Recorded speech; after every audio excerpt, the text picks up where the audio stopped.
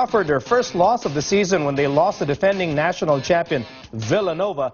The Blue Jays remain one of the hottest teams in college basketball. And according to Josh Planos, contributing writer for the Washington Post, the Blue Jays are so hot, they're on pace to break records in the U.S. NCAA. Josh Planos joins us live via Skype from Omaha, Nebraska. Good morning, Josh, and welcome back to Sports Desk. Thanks for having me, Miko. Okay, Josh, we're going to go through some amazing numbers being put up by the Blue Jays, and let's start with their three-point percentage, 43% from downtown. How impressive is this, Josh? Well, Miko, it leads the nation, so I'd say pretty impressive. I mean, last season this team ranked 148th in three-point percentage, and if maintained, it would be the highest in school history. So if we break it down further by players, there are 6 guys on this year's roster who are shooting at least 42% from beyond the arc. Last year, there were 0. So I'd say it's a much improved quality of the Creighton Blue Jays, and certainly has assisted them in tying their best start to a season in 74 years. They are definitely not shy in launching from three-point land this season. Again, #1 in the NCAA in three-point percentage. Next number we will look at, Josh, 9.1 assists per game for starting point guard Maurice Watson Jr. How amazing has Maurice been for the Blue Jays this season? I mean, Maurice has been great. Like you mentioned, it leads the nation. He has 766 career assists, which is by far the most of any active player in the country. And if you watch any Creighton game this season, you'll see that he's the floor general and the offensive engine. So without Watson, there really is no high-flying Blue Jay offense. He's sort of the quintessential veteran point guard, gets everybody involved. I believe he has an assist to 9 different players on the roster. So, he's an even distributor, and he really is the spark plug for Greg McDermott's offense. Speaking of sparking that offense, the next number we will look at, 60, number of dunks this season for the run-and-gun Creighton Blue Jays. Your thoughts on this number, 60? Well, I can tell you over the last decade, Creighton has looked more like a layup line team than it has, an NBA slam dunk competition, for instance. Certainly, Kobe Paras coming to town has helped in that process. But like you mentioned, 60 dunks is already more than the team has had in any of the last 6 seasons. More than 20 of them have already been provided by redshirt freshman Justin Patton. He's 7 feet tall. He continues to wow scouts in the NBA even with his lateral quickness, his post work, and of course his height. Next number, 1,237 total points for the Blue Jays in 14 games. Could you put this into context? Why is this an impressive number? Sure. I mean, it's 21 more points than Creighton has ever had at this juncture in any season in program history. This is a program with, decades of experience, decades of offensively potent teams, and yet this is, at this juncture, the top offense that the program has ever seen. It's wowing fans in Omaha. It's getting people excited to come to games, and they can score with anybody. And they score in a hurry. Final number we will look at, Josh, 13.8. That's 13.8 seconds per possession, per possession. And why did you find this very interesting? Well, Miko, it's the 5th fastest of any team in the country. This is an offense that under McDermott has liked to get up into the half court and start its half court sets quick. But this is the fastest team that he's ever had, and I'm talking about at every single position. And it's working, too. Creighton's averaging more than 88 points per contest. Like we mentioned, that's a significant improvement on previous seasons. And really, if you watch, they are flying into the half court. They're finding a shooter or a slasher. It's quick, it's efficient, and it's one of the deadliest offenses in the country.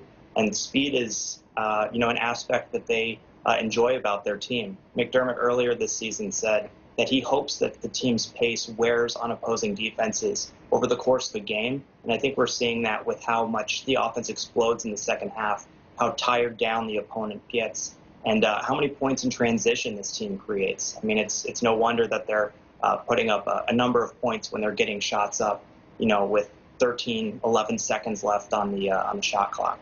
And no signs of slowing down for the Blue Jays for sure. Josh Planos, contributing writer for the Washington Post, thank you for joining us tonight. Thanks for having me, Miko. Let's talk to U.S. sports writer Josh Planos.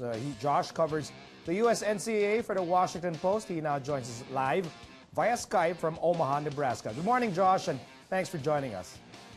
Good morning, Miko. Thanks for having me. Okay, Josh, this 8-0 start by Creighton, are you impressed by this, or was this something that everyone expected? Oh, no, absolutely I'm impressed. I mean, this is the best start for the team since the 2003-04 season. Remember, this is a team that qualified for the NCAA tournament 3 consecutive years when Doug McDermott was in the fold. So while this isn't unprecedented, this is a really terrific start. You know, they've already notched a top 10 win over Wisconsin. Every team that they have played has at least a 500 record, so it's not like they're playing a cupcake-laden schedule. You know, these are actually very competent and successful teams, and this is as good a Creighton team as I've ever seen personally. Let's talk about the players leading Creighton. Marcus Foster, Kyrie Thomas, Justin Patton, and Maurice Watson. How good have they been in this season so far for the Blue Jays? I mean, on a national level, incredible. Marcus Foster, you know, he just had a career-high 27 points in his last outing. He seems to go for 20 every single night. Maurice Watson, you know, he thought about going to the pros. He ended up coming back for his senior campaign, and it's paying dividends. I mean, he's second in the country in assists with 9 per contest. That's only 0.3 away from tying the national lead. This is just a terrific team top to bottom. And what's most exciting, I think, as someone who covers the team, is this isn't just a senior roster. You know, there are 2 seniors in the starting rotation, but, you know, Marcus Foster, players like Justin Patton, you know, that's a redshirt freshman who's going for 13 points, 7 rebounds, and a block a night. He's been terrific. I mean, I can't remember the last time Creighton had a 7-footer who can run the floor, space the floor, play defense the way that he can. And, you know, he's 3rd in the whole country in field goal percentage. So clearly he's doing something right. Of course, Josh, I'm sure you're expecting to answer this question about Kobe Paras, the rookie from Manila here, from the Philippines. Will show his averages, which are, of course, very modest at this point. How long will Kobe wait until he truly cracks the rotation of Coach McDermott? Well, it's a tough rotation to crack, first off. I mean, he showed up in mid-July, so a lot of these players have had at least a year in the incubator to work with Greg McDermott to learn his system. That's a huge part of college basketball. I mean, arguably the biggest is that there is a system in place in many respects. In high school, that isn't necessarily always the case. But, you know, he has played sparingly. There are 2 players, both freshmen, who have played fewer minutes than him. But I think he's shown, you know, quite a bit in the time he's been given. I think he needs to improve from the free throw line, where he's just 2 of 7 right now. But, you know, there's already a line forming to watch him during pregame warmups when he's, you know, throwing the ball off the backboard and, you know, contorting his body in ways that, you know, you rarely see from a Creighton Blue Jays player. He seems to be putting on a dunk show for everybody each and every night. So in that respect, you know, I see a lot of Jordan Clarkson in him. You know, talk about another Filipino basketball star. At 6'5", I think he provides a really great slash to the rim option that Creighton really hasn't had in the past. And so I would expect him to see a few more minutes as the season increases. But again, you know, this is one of the top 10 teams in the country. So it's not like he's walking into a program that's, you know, on the junior varsity level. This is a team that's, you know, among the nation's most successful programs. And he just got here. So it can only improve for him. And hopefully he gets more opportunities to show that he is, in fact, improving. Okay, looking forward to the next game of the Blue Jays against the Nebraska Cornhuskers. Could you give us like a context? How big will this game be between the 2 Nebraska teams? Well, as a former UNL student, I can tell you that this is not a matchup that is like any other. I mean, this is a program, 2 programs that have been, you know, historically not the most successful, but really are kind of turning the page, so to speak. And really, I mean, Creighton has launched onto the scene thanks to Doug McDermott. We've seen Tyronn Lue come back to Lincoln. Tim Miles led the Cornhuskers to the NCAA tournament. over the past 5 years at one point. And so I think that this is a game that really, I mean, the Creighton fans, the Husker fans, this is something that they want. And frankly, Creighton has kind of made a mockery of the rivalry the past few years. I mean, they've really just wiped the floor with Nebraska.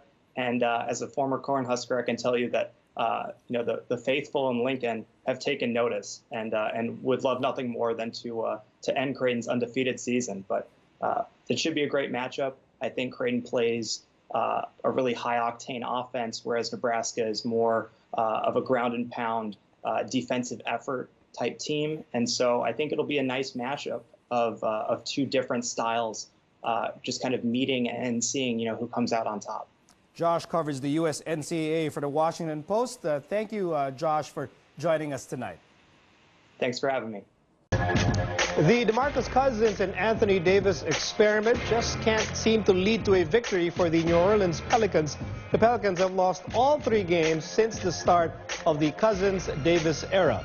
We'll discuss what this means for the Pelicans with Josh Planos, contributor for the Washington Post. And Josh joins us live via Skype from Omaha, Nebraska. Good morning, Josh. Good morning, Miko. Okay, 0-3 since the start of that monumental pairing of Davis and Cousins. Your reaction to this, winless start so far for the Pelicans after the All-Star break?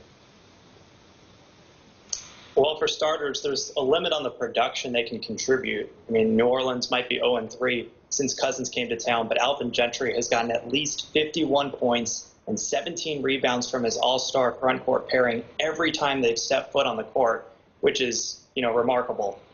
Cousins on Sunday night, for example, became the first player since Moses Malone in 1986 to go for at least 30 points and 10 rebounds in less than 22 minutes of play, according to NBA Stats and Information. And yet it still wasn't enough. So defensively, there are a lot of holes to fix. They've allowed more than 115 points in 2 of the 3 games since the trade. And offensively, outside of Cousins and Davis and Jrue Holiday, this really just isn't that talented of a roster. I mean, it's a roster populated by 10-day contracts. ESPN's Justin Verrier noted that 4 of the 9 guys who played Saturday weren't even on the team before the All-Star break. So while the experiment has been rough so far, I think the pieces surrounding Cousins and Davis are really the issue right now. So, in other words, when we look at the numbers, and we show the numbers of DeMarcus Cousins in his first 3 games for the Pelicans, we show the numbers of Anthony Davis in his first 3 games playing alongside DeMarcus Cousins, you do not see anything wrong. You do not see any adverse effect on the production of these 2 All-Stars by putting them together. Not necessarily. I mean, I think it's troubling that they've lost the rebounding battle as much as they have, but I think a lot of that just comes down to the amount of shots that they're missing. This is really a terrible 3-point shooting team. I think that they're 19 for 75, which is, barely hovering above 25% since the deal. And obviously losing Caspi in the first game didn't help them much in that area. So I think shooting-wise there are some issues, but as far as their production, I mean, Cousins has been in injury trouble the last 2 games, so I think that has really, prevented him from putting up gaudier stats. But at the same time, look at what they're doing in the minutes that they have together. I think the pairing is as formidable as we expected. Formidable, but has yet to lead to a victory. Should Pelicans fans worry about that playoff spot that they are yearning for? Absolutely. I think the most common misconception of the NBA All-Star Weekend is that it signals the halfway point in the season, when it really doesn't. I mean, New Orleans entered the break with 25 games remaining of its 82-game regular season schedule. Now they're down to 22. They're 3.5 games back of the number 8 spot in the West. So the margin for error right now is really small. So the learning process has to speed up. There's really not a whole lot of time for people to get adjusted to one another. It's really, it's go time now. It's the final stretch of the season. And when you lose games to, Houston, Dallas, Oklahoma City, that's always problematic, but especially so when all of them rank ahead of you in the standings. So I think moving forward, this is a team that really needs to gel and gel quick because they're just running out of time, frankly. Josh Planos, Washington Post contributor. Thank you so much, Josh, for joining us tonight. Thanks for having me.